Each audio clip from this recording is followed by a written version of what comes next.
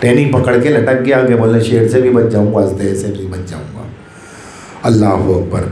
تھوڑی دیر کے بعد کیا دیکھتا ہے کہ 2 چوہے ہیں، ایک سفید رنگ کا ہے اور ایک سیاہ رنگ کا ہے، وہ اس ٹہنی کو کتر رہے ہیں۔ اب بڑا گھبرایا کہ یار اگر انہوں نے یہ ٹہنی کو کاٹ ڈالی تو میں تو نیچے گروں گا، اژدہا مجھے اپنا نوالا بنا لے گا، اور اگر باہر گرا تو شیر کھا جائے گا۔ ابھی اسی سوچ و بچار میں لگا ہوا تھا کہ اچانک اس درخت پہ لگے ہوئے خوبصورت پھل پر اس کی نظر پڑی۔ آؤ دیکھنا تھا، وہ اژدہا بھی بھول گیا، شیر بھی بھول گیا، جلدی سے وہ پھل توڑا اور کھانا شروع کر دیا۔ اور وہ ٹہنی کا کٹنا، تھوڑا آگے آ جائیے، ٹہنی کا کٹنا بھی بھول گیا، ٹہنی کا کٹنا بھی بھول گیا۔ اللہ اکبر۔ اور وہ کھانے میں مصروف ہو گیا۔ اللہ اکبر۔ یہاں تک کہ وہ پھل کھاتا رہا اور ٹہنی کٹ گئی اور یہ گر پڑا اور شیر نے شکار کر کے گڑھے میں پھینک دیا۔ بات سمجھ میں آئی؟ آ گئی؟ بس پھر میرے بتانے کی ضرورت ہی نہیں ہے، پھر میں کیا کروں گا بتا کے اگر سمجھ میں نہیں آئی۔ اچھا کس کے سمجھ میں آئی؟ جس کے سمجھ میں آئی ہے اسے بتا دے، جس کے نہیں سمجھ میں آئی ٹھیک ہے، یا میں ہی بتاؤں؟ ورنہ تو وہی ہوتا ملا نصیر الدین والا واقعہ، بولا نہیں سمجھ میں آئی تو پھر بتانے کا کیا فائدہ، بولا آ گئی سمجھ میں تو پھر میں بتا کے کیا کروں گا؟ پھر آدھے کہہ رہے ہیں ہاں سمجھ میں آ گئی، آدھے کہہ رہے ہیں نہیں سمجھ میں آئی۔ کہنا ٹھیک ہے، جن کے سمجھ میں آ گئی انہیں بتا دیں، جن کے نہیں سمجھ میں آئی۔ اللہ اکبر۔ بس شیر جیسے ہی وہ ٹہنی سے گرا، شیر نے اس کا شکار کیا اور شکار کرنے کے بعد گڑھے میں پھینک دیا۔ اژدہے نے اس کو اپنا نوالا بنا لیا۔ بس اس سے یہ سمجھنا چاہیے کہ یہ جنگل دنیا ہے، یہ جنگل دنیا ہے۔ شیر مثل موت ہے، موت اسی طرح سے پیچھے لگی ہے، انسان بھاگا جا رہا ہے دنیا میں اور موت اس کا پیچھا کر رہی ہے، اور وہ کنارہ وقت ہے موت کا۔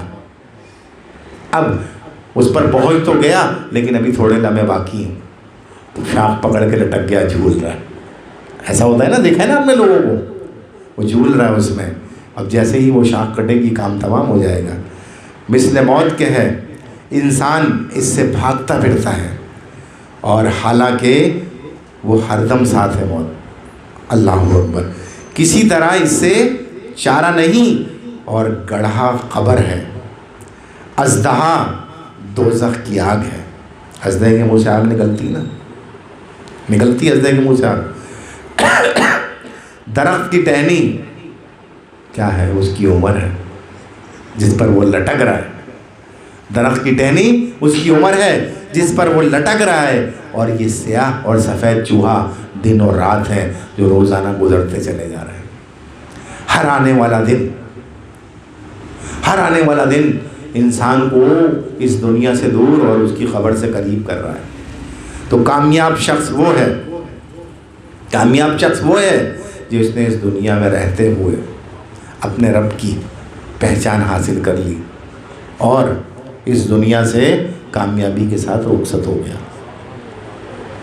وہ شخص کامیاب ہے۔ اللہ اکبر، اللہ اکبر۔ بس رات دن گزرتے جا رہے ہیں یوں ہی، اور ہم انتظار کر رہے ہیں کہ کب وہ وقت آئے گا۔ وہ وقت تو آ گیا، اب تو ہم جھول رہے ہیں۔ بہرکیف ہمیں چیزوں کو سمجھنا چاہیے۔ اللہ اکبر۔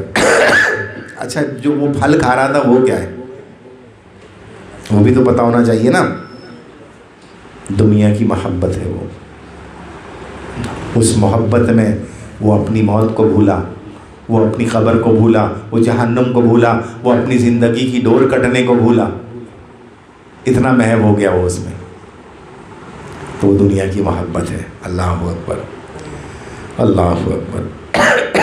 لمبی عمر کی دعا کرنی چاہیے لیکن اس نیت سے کہ نیکیوں میں اضافہ ہو۔ ایسا نہیں ہے ہم کہ لمبی عمر کی دعا کرنی چاہیے کہ نیکی میں اضافہ ہو، سرکار کا امتی کثرت نیکیوں سے پہچانا جائے۔ اللہ اکبر، اللہ اکبر۔ اور آخرت کو بھلا دیتا ہے دنیا کی محبت میں آدمی، اور ادھر عمر ختم ہو جاتی ہے اور موت کا نقارہ بچ جاتا ہے، یعنی بگل بچ جاتا ہے۔ اللہ اکبر۔ انسان اپنے گناہوں کی گٹھری اٹھائے قبر میں جا پہنچتا ہے۔ اللہ اکبر، اللہ اکبر۔ اللہ کیا فرماتا ہے؟